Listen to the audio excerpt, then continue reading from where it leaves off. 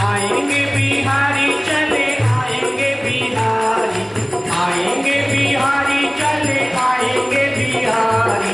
राधे राधे राधे राधे रट्टू चले आएंगे बिहारी, राधे राधे रट्टू चले आएंगे बिहारी। आएंगे बिहारी चले आएंगे बिहारी, आएंगे बिहारी चले आएंगे बिहारी। राधे राधे राधे राधे रट्टू चले आएंगे बिहारी, राधे राधे। राधा मेरी चंदा चकोर है बिहारी, राधा मेरी चंदा चकोर है, राधा मेरी चंदा चकोर है बिहारी, राधा मेरी चंदा चकोर है बिहारी। राधे राधे राधे राधे रट्टू चले आएंगे बिहारी, राधे राधे रट्टू चले आएंगे बिहारी। आएंगे बिहारी चले आएंगे बिहारी, आएंगे बिहारी चले आएंगे बिहारी।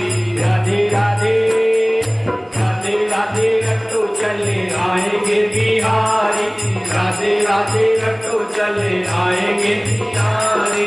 राधा मेरी गंगा तो धार है बिहारी, राधा मेरी गंगा तो धार है बिहारी, राधा मेरी गंगा तो धार है बिहारी, राधा मेरी गंगा तो धार है बिहारी। राधे राधे राधे राधे रट्टू चले आएंगे बिहारी, राधे राधे रट्टू चले आएंगे बिहारी। आएंगे बिहारी चले आएंगे बिहारी, आएंगे बिहारी चले आएंगे बिहारी।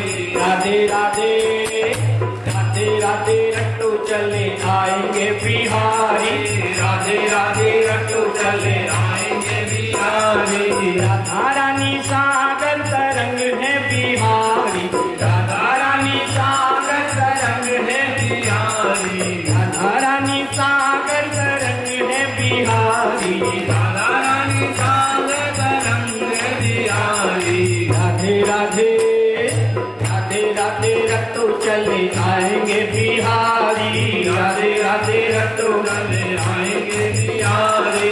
आएंगे बिहारी चले आएंगे बिहारी, आएंगे बिहारी चले आएंगे बिहारी। राधे राधे राधे राधे रट्टू चले आएंगे बिहारी, राधे राधे रट्टू चले आएंगे बिहारी। राधा मेरी मोहिनी मोहन है बिहारी, राधा मेरी मोहिनी मोहन है बिहारी, राधा मेरी मोहिनी मोहन है बिहारी, राधा मेरी मोहिनी मोहन है बिहारी। राधे राधे राधे राधे रट्टू चले आएंगे बिहारी, राधे राधे रट्टू चले आएंगे बिहारी। आएंगे बिहारी चले आएंगे बिहारी, आएंगे बिहारी चले आएंगे बिहारी। राधे राधे राधे राधे रट्टू चले आएंगे बिहारी, राधे राधे रट्टू चले आएंगे बिहारी। ऐसे नहीं आएंगे, दोस्ती सारी जाके गाएंगे तो आएंगे। राधे राधे रट्टू चले आएंगे बिहारी, राधे राधे रट्टू चले आएंगे बिहारी। राधा मेरी गोरी तो सांवरे बिहारी, राधा मेरी गोरी तो सांवरे बिहारी, राधा मेरी गोरी तो सांवरे बिहारी, राधा मेरी गोरी तो सांवरे बिहारी। राधे राधे राधे राधे रट्टू चले आएंगे बिहारी, राधे राधे रट्टू चले आएंगे बिहारी।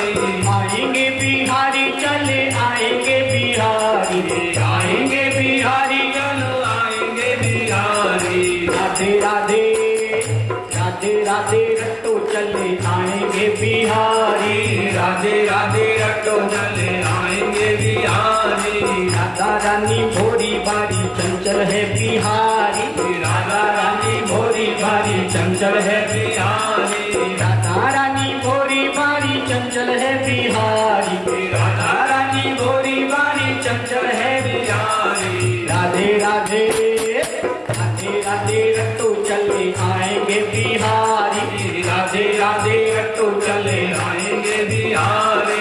आएंगे बिहारी चले आएंगे बिहारी। आएंगे बिहारी चले आएंगे बिहारी। राधे राधे राधे राधे रट्टू चले आएंगे बिहारी। राधे राधे रट्टू चले आएंगे बिहारी।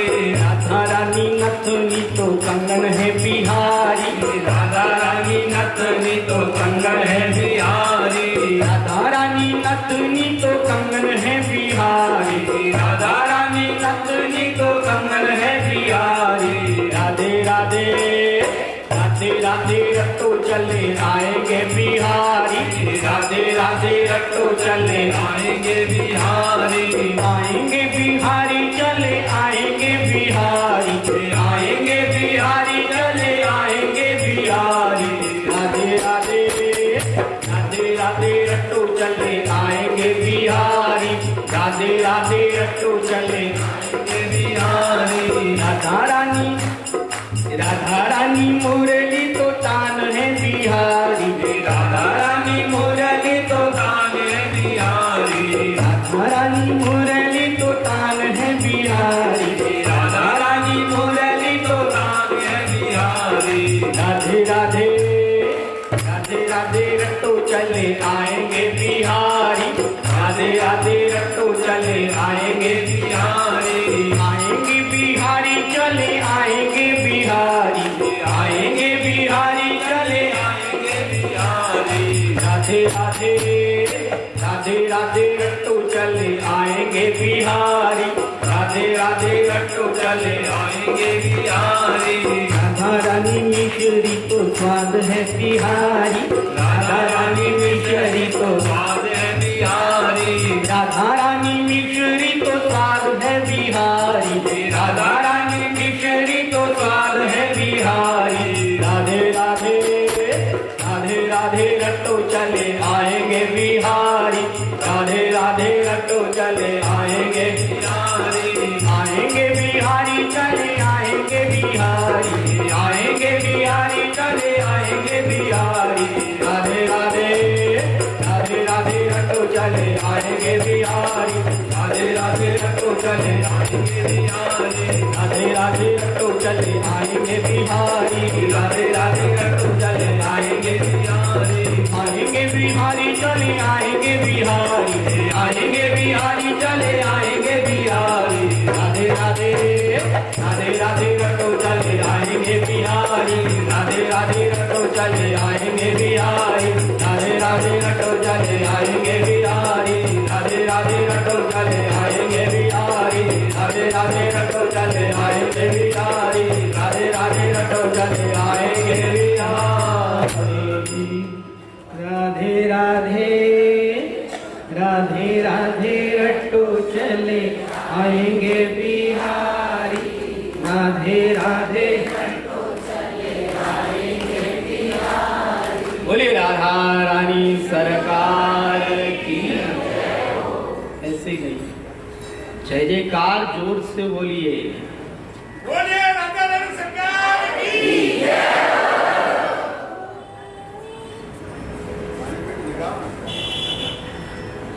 श्री राधा रानी भगवान श्री कृष्ण के प्रेम की अजस्र धारा है।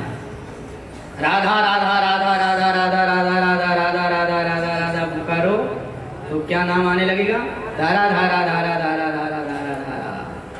भगवान के प्रेम की अजस्र धारा का नाम ही राधा है। बिना भगवान राधा रानी की कृपा के भगवान नहीं मिलते। श्री राधा रानी की जिस पर कृपा होती है उसी को ही वृंदावन धाम का दर्शन होता है, उसी को ही वृंदावन धाम में वास मिलता है। इसीलिए वृंदावन वाले लोग सदा राधे राधे का ही सुमिरन करते रहते हैं। हमेशा राधे राधे राधे राधे राधे राधे ही पुकारते रहते हैं, क्योंकि राधा रानी प्रेम की अजस्र धारा है। राधा रानी की कृपा से ही भगवान की भक्ति मिलती है। राधा रानी की कृपा से ही वो बांके बिहारी मिलते हैं।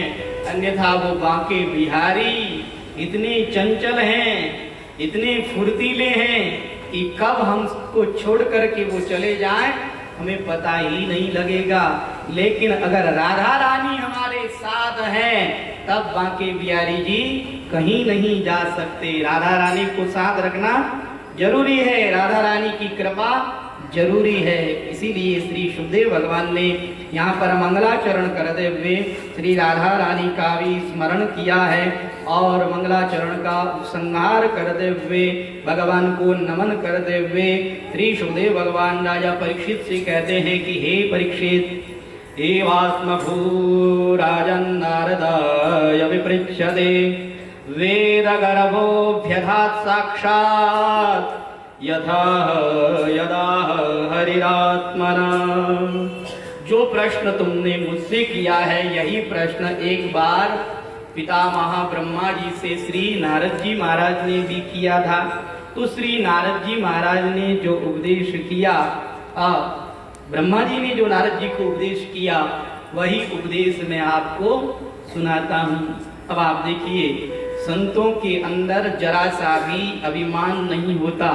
सच्चे संत कभी ये नहीं कहते कि हम अपनी बात कहते हैं। सच्चे संत जब भी कोई बात कहते हैं तो वो यही कहते हैं कि ये गीता की बात है, ये रामायण की बात है, ये अमुक ऋषि की बात है, ये अमुक महापुरुष की बात है। कभी भी वो अपनी बात नहीं कहते, अपनी कभी भी प्रशंसा नहीं करते। संतों को अपनी प्रशंसा सुनना भी अच्छा नहीं लगता, करना तो बहुत दूर की बात है। हमारे पूज्य महाराज श्री कभी भी अपनी प्रशंसा नहीं सुनते थे। एक बार कोई एक महामंडलेश्वर आए थे और उनको प्रवचन करने के लिए कहा गया तो वो महाराज श्री की प्रशंसा करने लगे। तो महाराज श्री ने लंबे हाथ जोड़े और हाथ जोड़ करके कहा कि ये है, मुझे जूता मत मारो।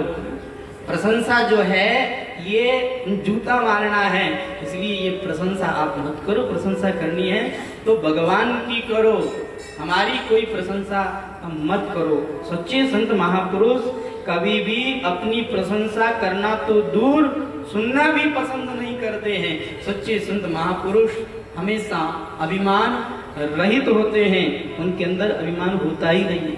जिसके अंदर अभिमान होता है तो वो अपनी बात आगे रखता है, जिसके भीतर अभिमान ही नहीं वो अपनी बात आगे क्यों रखेगा। एक बार की बात है कि एक व्यक्ति अपने बच्चे को अपना वो काम सिखाता है।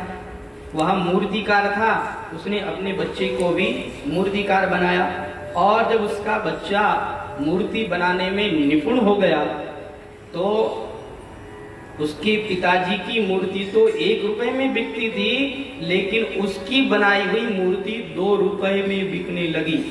बाप से भी बेटा आगे निकल गया और लोग उसकी वाह वाह करने लगे, लोग प्रशंसा करने लगे। तो देखिए, ये जो वाह वाह है, ये जो प्रशंसा है, इस प्रशंसा में व्यक्ति फूल जाता है, अभिमानी हो जाता है। उस बच्चे के मन में भी अभिमान आ गया और वो अपने पिताजी को आकर के कहता है कि देखो पिताजी, आज सब लोग मेरी वाह वाह कर रहे हैं, मैं ऐसा मूर्तिकार बन गया हूँ कि आपकी मूर्ति 1 रुपए में बिकती है तो मेरी मूर्ति 2 रुपए में बिकती है।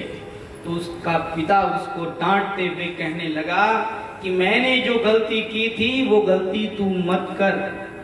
मैंने भी यही अभिमान किया था कि मेरे जैसा कोई मूर्तिकार नहीं है, तो मैंने अभिमान किया तो मेरी प्रगति रुक गई। मेरी मूर्ति 1 रुपए में ही बिकने लगी, उससे आगे मेरी उन्नति नहीं हुई, उससे अच्छा मैं काम नहीं कर पाया। अगर तू भी अभिमान करेगा तो 2 रुपए से आगे तू भी नहीं बढ़ पाएगा। इसलिए अभिमान छोड़। अगर अभिमान छोड़ेगा तो तेरी मूर्ति हो सकता है आगे चल करके 5 रुपए में भी बिके, हो सकता है आगे 10 रुपए में भी बिके, लेकिन अभिमान छोड़ेगा ये तब काम होगा। बिना अभिमान को छोड़े तुम्हारी प्रगति नहीं हो सकती। ये जो संसार का कार्य है, जो सांसारिक कार्य है, ये कार्य भी अभिमान करने से रुक जाता है। सांसारिक कार्य की भी प्रगति नहीं हो पाती अभिमान के कारण। तो जब सांसारिक कार्य की प्रगति नहीं हो पाती है तो आध्यात्मिक कार्य की प्रगति कैसे हो सकती है? आध्यात्मिक कार्य अभिमान से बिल्कुल रुक जाता है। जो अभिमान करता है उसकी आध्यात्मिक उन्नति नहीं हो सकती है, वो वहीं पर रुक जाता है। इसीलिए गोस्वामी तुलसीदास जी महाराज ने कहा है कि संस्कृति मूल सूल प्रद नाना सकल शोकदायक अभिमाना। इस संस्कृति का कारण, जन्म मरण का कारण क्या है? संपूर्ण शोक को, संपूर्ण दोष को देने वाला क्या है? का सकल शोकदायक अभिमाना। ये अभिमान ही संपूर्ण दुखों की जड़ है, ये अभिमान ही संपूर्ण दोषों की जड़ है। अभिमान से व्यक्ति की प्रगति नहीं होती है, इसलिए अभिमान तो कभी भी नहीं करना चाहिए। किसी भी वस्तु को लेकर के अभिमान नहीं करना चाहिए। लोग धन को लेकर के अभिमान करते हैं, हम करोड़पति हैं, लेकिन करोड़पति को भी भगवान एक सेकंड में करोड़पति बना देते हैं, रोड पर ले आते हैं। पद को लेकर के अभी अगर कोई अभिमान करे कि हम सीएम हैं, अरे सीएम हो तो क्या हुआ? भगवान अगर नहीं चाहेंगे तो सीएम के पद से भी उतार देंगे। अगर अभिमान किया तो सीएम हो तो क्या हुआ, आपको भी बंद कर दिया जाएगा। अभिमान करने से भगवान को अच्छा नहीं लगता, और भगवान उस अभिमान को दूर करने के लिए हमें दंड देते हैं। जिस कारण अभिमान हो रहा है उस कारण को ही भगवान मिटा देते हैं, उस कारण को ही भगवान समाप्त कर देते हैं। जैसे हम अगर अभिमान करें कि हम बहुत अच्छा बोलते हैं तो भगवान को केवल एक माथे का तार ढीला करने की आवश्यकता है। अगर भगवान ने माथे का तार ढीला कर दिया तो कल ही आप लोग कहने लगोगे कि महाराज तो मेंटल हो गया, अब यानी मेंटल हॉस्पिटल में भेजो, आगरा में भेजो या रांची में भेजो। केवल एक माथे का तार ढीला करते ही सारा अभिमान गायब। तो किसी भी वस्तु को लेकर के, पद को लेकर के, अधिकार को लेकर के, जमीन को लेकर के, जायदाद को लेकर के, धन संपत्ति को लेकर के अभिमान न करें, क्योंकि ये सब कुछ भगवान के द्वारा दिया गया है। इसमें हमारी कोई विशेषता नहीं है, इसमें हमारी कोई मेहनत नहीं है।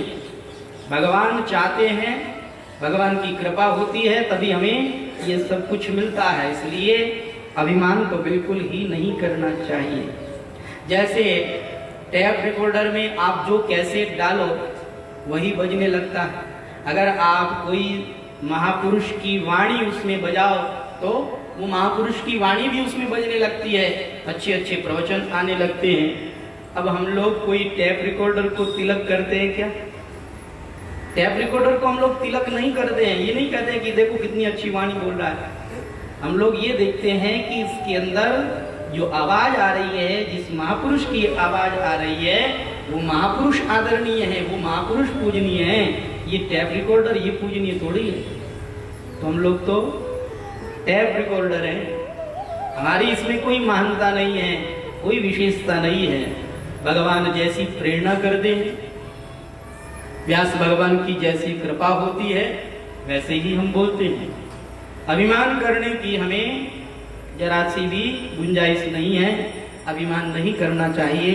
हमारे श्री सुखदेव भगवान निरभिमान है, इसलिए श्री सुखदेव भगवान कहते हैं कि राजन देखो, एक बार की बात है, श्री नारद जी महाराज उन्होंने क्या देखा कि ब्रह्मा जी ध्यानस्थ बैठे हुए हैं, और जब ब्रह्मा जी ध्यानस्थ बैठे हुए हैं तो श्री नारद जी महाराज उनके पास में पहुंचते हैं, और श्री नारद जी महाराज उनको जाकर के कहते हैं, पितामह आप तो इस जगत की नियंता हैं, इस सृष्टि को आप ही करने वाले हैं, सृष्टि की आप ही रचना करने वाले हैं, तो इस तरह से आप किनका ध्यान कर रहे हैं? तब वहां पर ब्रह्मा जी उपदेश करते हैं श्री नारद जी महाराज को, और कहते हैं कि ये न स्वरोचिसा विश्वम रोचितम रोचयाम्यहम। जैसे सूर्य, अग्नि, चंद्रमा, ग्रह, नक्षत्र, तारे सब के सब जिनसे प्रकाशित होते हैं, जिनसे प्रेरित होते हैं, जिनसे शक्तिवान होते हैं, इनकी कोई अलग शक्ति थोड़ी है, इनकी नियंता कोई और ही है। इनको शक्ति प्रदान करने वाले, इनको प्रेरणा करने वाले कोई और ही है। तो ये सब जिसकी शक्ति से शक्तिवान होकर के अपना अपना कार्य समय समय पर करते हैं, मैं भी उन भगवान की ही प्रेरणा से, उन भगवान की ही शक्ति से शक्तिवान होकर के इस सृष्टि की रचना करता हूँ। मेरी कोई इसमें महानता नहीं है। हाँ, मैं जगत की रचना जरूर करता हूँ, लेकिन वो भगवान जैसी मुझे शक्ति देते हैं, जैसी मुझे प्रेरणा देते हैं, उन्हीं की प्रेरणा के अनुसार इस सृष्टि की मैं रचना करता हूँ। देखो, मैं सृष्टि रचयिता अवश्य हूँ, लेकिन मुझे शक्ति देने वाले कोई और हैं, परंतु ये सांसारिक लोग मुझे बीच में ही जगत गुरु मान लेते हैं। मैं जगत गुरु नहीं, जगत गुरु तो भगवान श्री कृष्ण ही हैं। कृष्णम वंदे जगत गुरुम। वो नारायण भगवान ही सबको शक्ति प्रदान करने वाले हैं। नारायण परा वेदा और देवा नारायणांगजा। नारायण परा वेदा, नारायण परा मखाहा। वेद नारायण भगवान के परायण हैं, देवता भी नारायण भगवान के अंगों में ही कल्पित हैं, और नारायण भगवान ही समस्त त्रिलोकी के अंदर व्याप्त हैं। सारी त्रिलोकी नारायण भगवान के अंदर व्याप्त है। उन नारायण भगवान के अलावा और कुछ भी नहीं है। ब्रह्मा जी ने यहाँ श्री नारद जी महाराज को बताया कि जब मैं भगवान के नाभि कमल से प्रकट हुआ तो भगवान ने मुझे उपदेश किया था। जो उपदेश मुझे उन्होंने किया था वही उपदेश मैं तुमको बताता हूँ। भगवान ने कहा कि देखो ब्रह्मा जी, मैं पहले निर्गुण ब्रह्म था, लेकिन देखो निर्गुण ब्रह्म उनका मन नहीं लगा तो उन्होंने सगुण रूप बनाया। अब सगुण रूप बनाने के लिए हमारे भगवान ने कई गुणों को स्वीकार किया। सत्व, रज और तम, ये 3 गुण उन्होंने स्वीकार किए। महत्त्व बनाया। महत्त्व से 3 अहंकार की रचना हुई। तामस अहंकार, राजस अहंकार और सात्विक अहंकार। अब देखिए, तामस अहंकार से 5 महाभूतों की रचना हुई। आकाश की रचना हुई, और आकाश से वायु की रचना हुई, वायु से तेज की रचना हुई, तेज से जल की रचना हुई, और जल से फिर पृथ्वी की रचना हुई। ये 5 महाभूतों की रचना हुई, और फिर इन 5 महाभूतों की 5 तन्मात्राएं बनाई। शब्द, स्पर्श, रूप, रस और गंध, ये 5 तन्मात्राएं हुई। अब देखिए, 5 महाभूत बनाए गए और 5 इनके गुण बनाए गए। शब्द, स्पर्श, रूप, रस, गंध। अब देखिए, आकाश का गुण क्या है? आकाश का गुण है शब्द। जैसे मैं यहाँ बोल रहा हूँ तो आप तक ये आवाज आ रही है, तो यह शब्द ही आकाश का गुण माना गया है। आकाश से शब्द की उत्पत्ति हुई है। और फिर वायु का गुण है स्पर्श। जैसे वायु किसी को दिखती नहीं है, लेकिन वायु सबका स्पर्श करती है, तो स्पर्श ज्ञान से पता लगता है कि आज वायु ठंडी चल रही है, आज गर्म चल रही है, आज तेज चल रही है, आज मंद चल रही है। ये सब हमें स्पर्श से ज्ञान होता है। तो वायु का गुण क्या हुआ? स्पर्श। अब तेज का गुण क्या है? तेज का गुण है रूप। जैसे हम देख रहे हैं, तो ये हम किससे देख रहे हैं? तेज से देख रहे हैं, प्रकाश से देख रहे हैं। बिना प्रकाश के हम देख नहीं सकते। तो तेज का गुण क्या है? रूप। जल का गुण है रस। ये जितने भी रस है, जैसे षड रस है, तो सब के सब रस जल के ही कारण हैं। और पृथ्वी का गुण है गंध। जो भी गंध हम लेते हैं ये सब गंध पृथ्वी के ही कारण हैं। तो तामस अहंकार से 5 महाभूत और 5 गुण यानी 5 तन्मात्राओं की रचना हुई। शब्द, स्पर्श, रूप, रस, गंध, इन 5 विषय के ज्ञान के लिए अब 5 ज्ञानेंद्रियां बनाई गई। राजस अहंकार से 5 ज्ञानेंद्रियों की रचना हुई। जैसे शब्द ज्ञान के लिए कान की रचना हुई, स्पर्श ज्ञान के लिए त्वचा की रचना हुई, रूप ज्ञान के लिए नेत्र की रचना हुई, रस ज्ञान के लिए जिह्वा की रचना हुई और गंध ज्ञान के लिए नासिका की रचना हुई। ये 5 ज्ञानेंद्रियां बनाई गई।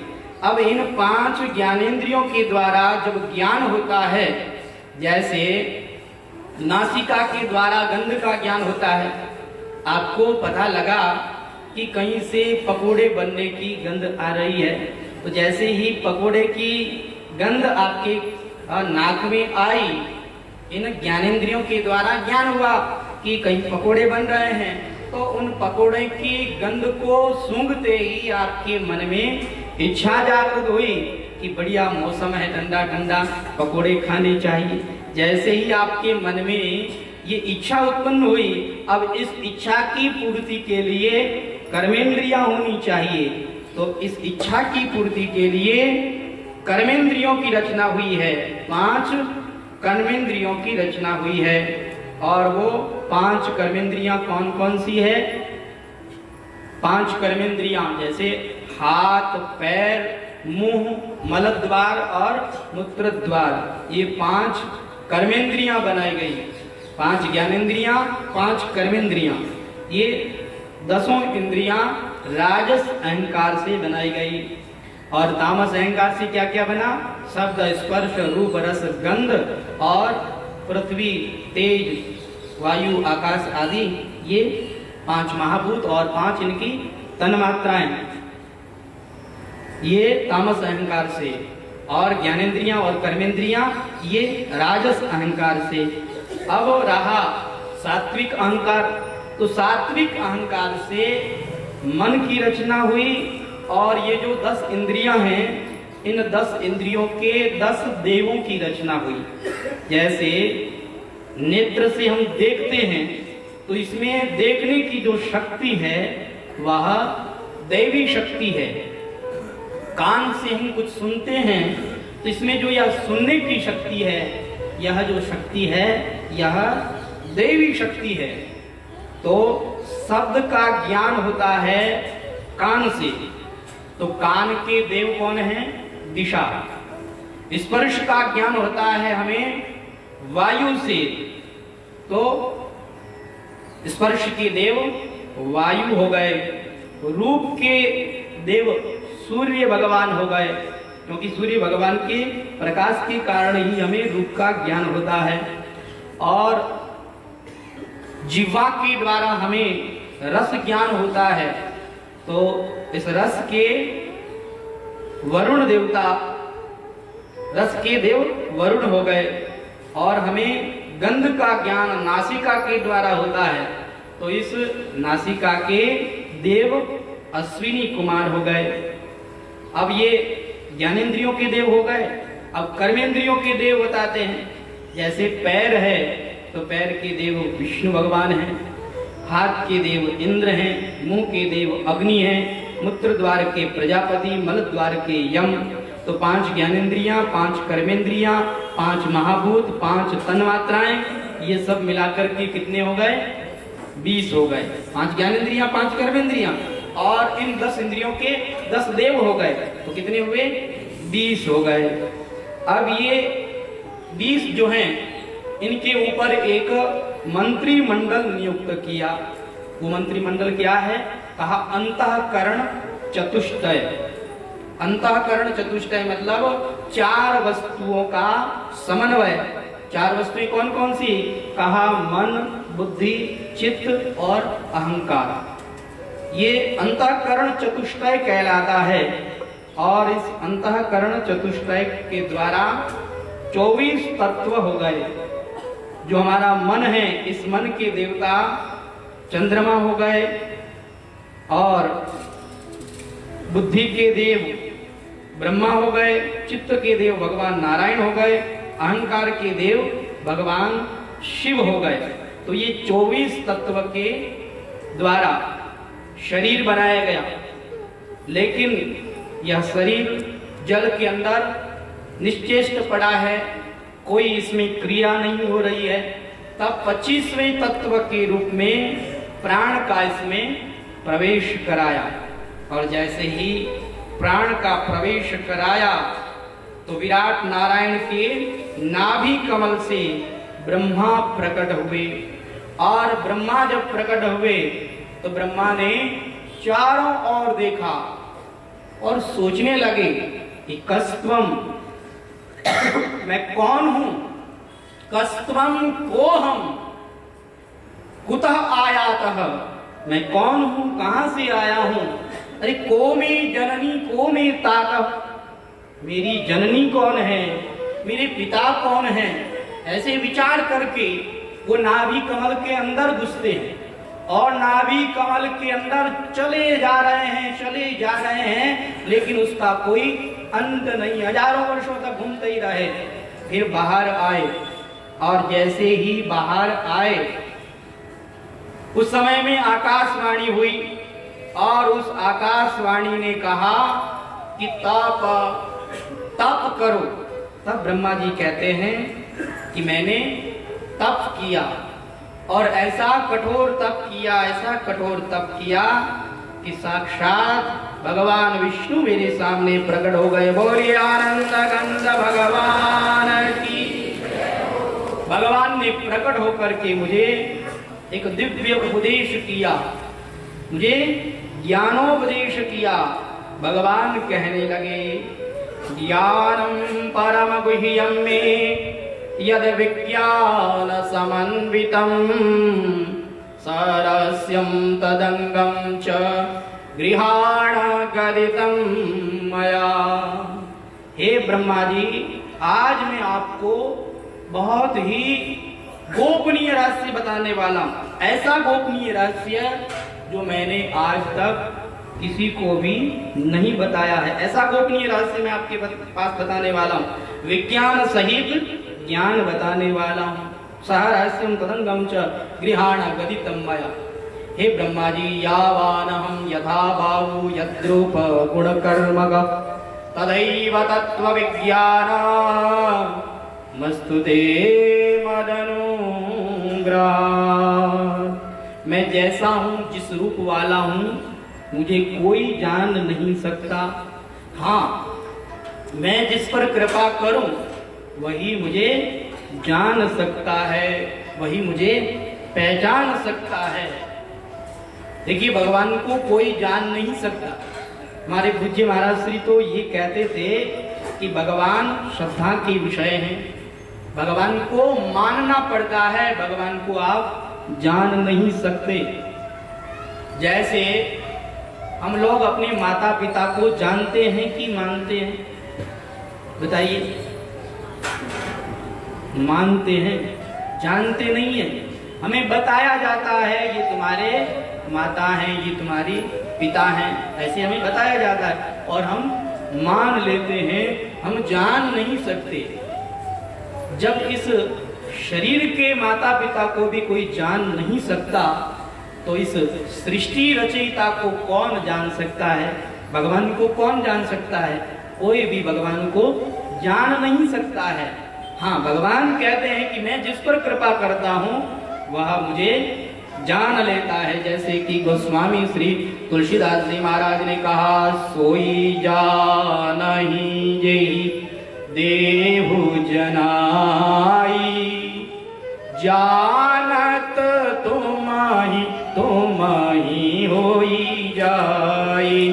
सोई जानहि जेहि देहु जनाई, जानत तुमहि तुमहि होई जाई। सोई जानहि जेहि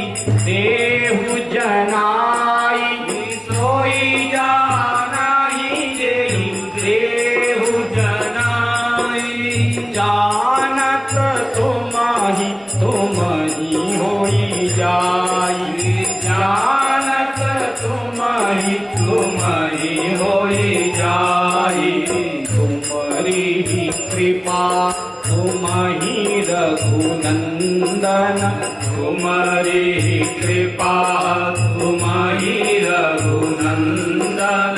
जानहि भक्त भक्त पुर चंदन, जानहि भक्त भक्त पुर चंदन। श्री राम जय राम जय जय राम, श्री राम जय राम जय जय राम, श्री राम जय राम जय जय राम, श्री राम जय राम जय जय राम, श्री राम जय राम जय जय राम। सोई जानहि जेहि देहु जनाई, हे प्रभु वही जान सकता है आपको जिसको आप जनाना चाहते हैं। तुम्हारी ही कृपा तुम्हारी रघुनंदन, हे रघुनंदन आपको कोई जान नहीं सकता। जान ही भक्त भक्त पुर चंदन, आपकी कृपा से ही आपको कोई जान सकता है। तो ब्रह्मा जी को भगवान ने प्रकट होकर के यहाँ पर एक बड़ा ही सुंदर रहस्य बताया है। 4 श्लोकों में ब्रह्मा जी को भगवान ने उपदेश किया है, जिसका नाम है चतुश्लोकी भागवत। ये जो 18,000 श्लोकों वाली भागवत है, 12 स्कंद वाली 335 अध्याय वाली जो यह भागवत है, इसका मूल आधार क्या है? इसका मूल आधार यही चतुश्लोकी भागवत है। सबसे पहले भगवान ने ब्रह्मा जी को 4 श्लोकों वाली भागवत का ही उपदेश किया है, और ब्रह्मा जी ने नारद जी को भी 4 श्लोकों वाली भागवत का उपदेश किया है। नारद जी ने व्यास भगवान को भी 4 श्लोकों वाली भागवत का ही उपदेश किया है। लेकिन हमारे व्यास भगवान ने 4 श्लोकों से फिर 18,000 श्लोक बना दिए। व्यास भगवान का काम ही है विस्तार करना। वैसे इनका नाम क्या है? कृष्ण द्वैपायन। भगवान के ये अंशावतार हैं। कृष्ण द्वैपायन इनका नाम है, कृष्ण द्वैपायन व्यास। लेकिन इन्होंने वेदों का विस्तार किया है। व्यस्ताः वेदाः अनेन स इति वेद व्यासः। वेदों का विस्तार करने के कारण इनको हम वेद व्यास कहते हैं। इनका नाम कृष्ण द्वैपायन है, लेकिन वेदों का विस्तार करने के कारण इनका नाम वेद व्यास हो गया है। तो चतुश्लोकी भागवत के इन्होंने 18,000 श्लोक बना दिए हैं। भगवान ने ब्रह्मा जी को चतुश्लोकी भागवत का उपदेश किया है, लेकिन यह उपदेश हम लोग कल की कथा में सुनेंगे, क्योंकि आज की कथा का समय हो चुका है। इसलिए आज के इस कथा सत्र को यहीं विराम देते हैं। और याद रखिएगा, आप लोगों को परीक्षा देनी है, और हम पूरी भागवत की परीक्षा नहीं ले रहे हैं। एक तो आपने सबसे पहले क्या सुना? महात्म्य सुना, श्रीमद् भागवत का महात्म्य। और दूसरे में आपने प्रथम स्कंद सुना, भागवत का प्रथम स्कंद और भागवत का महात्म्य। इन दोनों की ही परीक्षा ली जाएगी। तो आप लोगों से निवेदन है कि आप लोग परीक्षा में जरूर बैठें, जल्दी से जल्दी अपना नाम लिखाएं, घर में आप भागवत पढ़ें, ताकि इन प्रश्नों का आप उत्तर दे सकें और आप परीक्षा में उत्तीर्ण हो सकें। बोलिए भक्तवत्सल भगवान की जय हो। बोलिए स्वामी जी श्री रामचरण जी महाराज की